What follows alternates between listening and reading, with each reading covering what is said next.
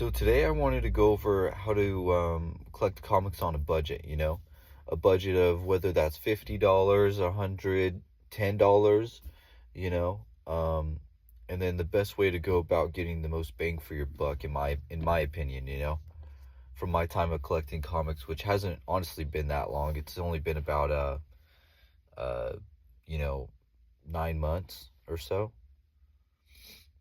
And I first want to start off with saying if you only have about $10 a month, um, there's a couple things you could do.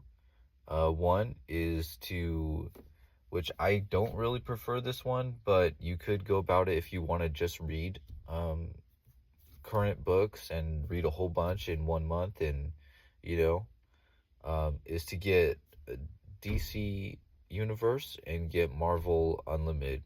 You could do that. I think it's about $8 or $9 each a month.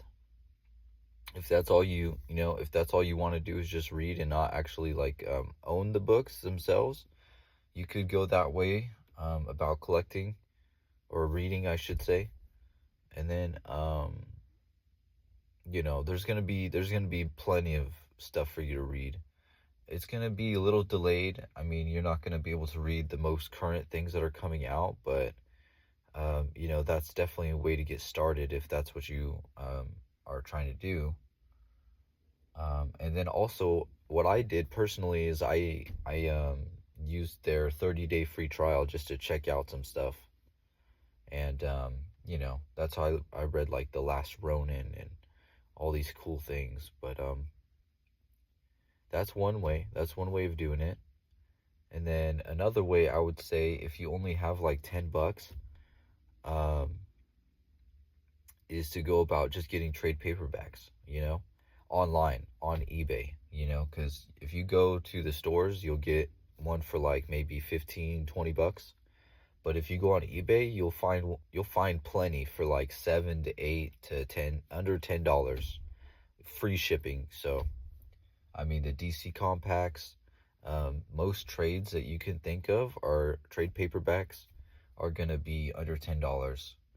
So that's physically you'll be able to own some books, which is nice, and I feel like they'll mean a lot more that you own those, and you'll get to physically get to flip through the pages.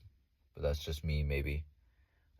Also, I mean, digitally too, if you wanted to own digital, um, on Amazon Kindle, you can get plenty of comics for about $2 each.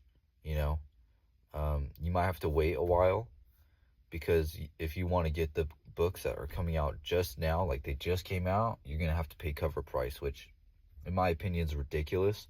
It should be freaking like $1 to $2 for a digital book. You're not making any books. You're not, there's nothing getting, um, there's no production value going into these digital books other than the first one time, upfront cost of having the writers and the artists and all that. So I really don't think they should be charging cover price for a freaking digital book. But if you wanted to wait until they go down to about $2 is usually normally what they go down to, or you can buy the digital trade paperback, and sometimes that's cheaper too. But this is more about collecting physically and my strategies doing so. Because personally, I like to collect just the physical books, the single issues, really.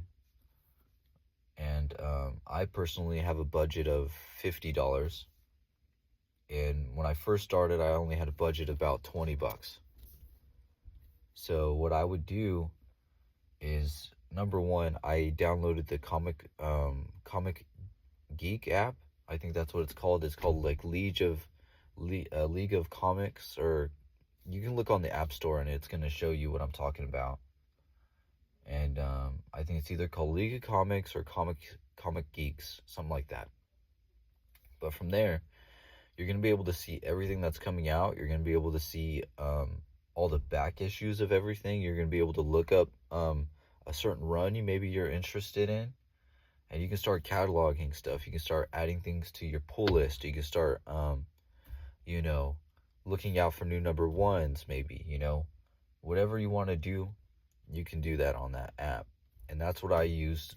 And it's a great for budgeting as well, because then you can add something to your pull list, right? Maybe there's a new ongoing that you want to read. I don't know, a new Absolute Batman, sure. You want to read Absolute Batman. You want to make sure you get every book, so you add that to your pull list. And then, all right, now you got to spend $5 a month on that one. Now you want to get another ongoing series, Hyde Street. Yeah, now you're at $10, right? What I would say is maybe don't, if you have $20 and you want to just get single issues, don't just get 4 ongoings and then now you're kind of stuck. You have to just read those 4 stories and then that's it. I personally, what I do is I'll get 1 or 2 ongoings, and then I will get back issues, or I'll save it and get like new first issues of something. I don't want to be stuck having to read the same stories for years, basically, because that's how some of these runs will go, right? But what I do like doing is getting like maybe 1 or 2 ongoings that are going to be for a while, and then getting one or 2 like limited series, like the new Absolute Green Arrow. I'm adding that to my pull list because that's only a 6-issue run. That's not going to be forever, and you get a complete story. You don't have to keep collecting it for years and years and years to get the whole story, which is nice, at least in my opinion. What else?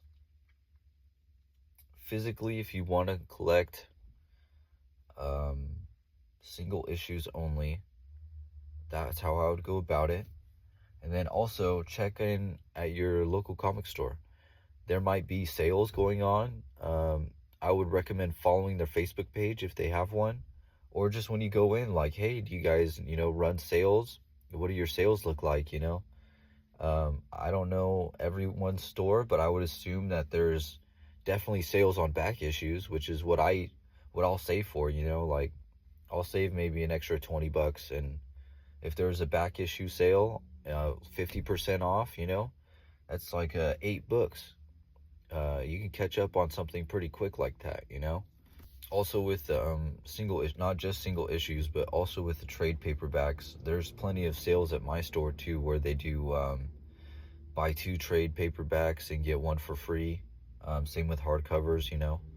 So I mean, if you want to get the most reading out of your collection, yeah, I mean, getting trade paperbacks is probably the way to go. Like, it's the most cost efficient too. You're spending $15 for, like, most trade paperbacks have 6 issues in them, 5 to 6. So I mean, the cost is way down. And then if you get them off eBay from like an online comic store that sells through eBay, make sure you're looking at the reviews of that place. I personally have not had any issues on eBay, but I'm pretty like diligent. Like, I'll look at the reviews of if they're getting 99% reviews, and if their name is a comic book name, like store name, then I'm most likely more comfortable buying from them than other people. But personally, I've never had any issues with any of the books that I've bought on eBay. I have bought one off Amazon though, and it was overpriced, and there was a big ding in the cover. So I don't recommend buying off Amazon ever. Just eBay if you're going to buy something. With me currently, where I'm at $50 a month, I have about 6 ongoings, maybe like 3 ongoings, and then 3 limited series that I have on my pull list. Which, if you don't have a pull list at your local comic store, maybe that's a good idea. I've heard that sometimes if you have a pull list at your comic store, they'll give you a discount on those books.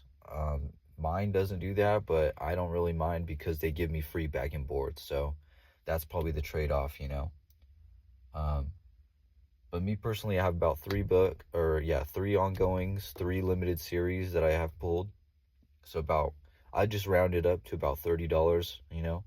And then the last $20 I'll use on maybe new issues, no number ones that I'll just put on my pull list, you know. Like I won't tell them, but through the app you can pull whatever new number one you want to check out that week, or any book you want to check out that week.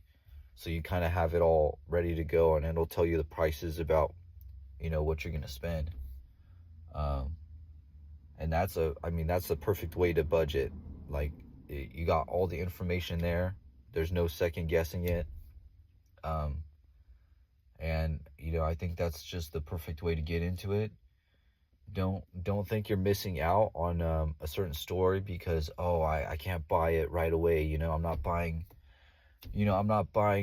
20 comics every week, so I guess I just, it's all right. It's gonna be okay. Like, you can just go and wait for a sale. If you really think it's gonna be dope, just get the first issue, and then, all right, that's pretty cool. Wait 6 months, wait for a sale. You can go through and get, rest of the 5. I mean, that's a thing that I've been doing, and I'm slowly getting quite a big collection of books. Starting at $20, I just barely went to 50. So I I'm not a heavy spender. I would say 50 is a lot, though. To me, 50 is a lot, and but I don't spend hundreds of dollars a week. I even if I had the money, I probably wouldn't do that. It's just not. It's just not. I just couldn't do it. But well, I will say there's no wrong way to collect comics. If you prefer digital, if you prefer physical, that's awesome. If you there's also, what? There's another one. There's for like completely free. You can just go on YouTube. You can look up comics. There's a couple of YouTube channels, but one is called Comics Explained, and they'll do full-on recaps of any story. Basically, any popular story that's been out so far, they'll recap it, and sometimes they'll add um, what's it called? They'll add voice actors to it. I'm pretty sure it's that channel. Maybe it's not that channel. Maybe there's a different one, but you just look at like put in a stories of whatever, like me and my son, we watched the Deceased. We watched the whole thing voiceovered, and it was very cool. Eventually I might end up getting the trade for it, or single issues, who knows, if it's not too outrageous in price. But yeah, I mean, that's a very cool way of checking out stuff with the voice acted. Like, there was another one, The Last Ronin. That one is voice acted, and that one's awesome. It was really cool. I read it, like I said, I read it digitally through the app, but then to experience it again with voice acting, it was really cool, I thought. But yeah, that's another free way. I mean, there's plenty. If you want to read comics, if you want to collect comics, there's so many different ways to go about it. But maybe there's a couple of that I mentioned right now that is new to you, or maybe you didn't think of at first, and now there's other ways to go about it, and I hope it helped. So that's about all I have for you guys today, and I'll see you guys next time.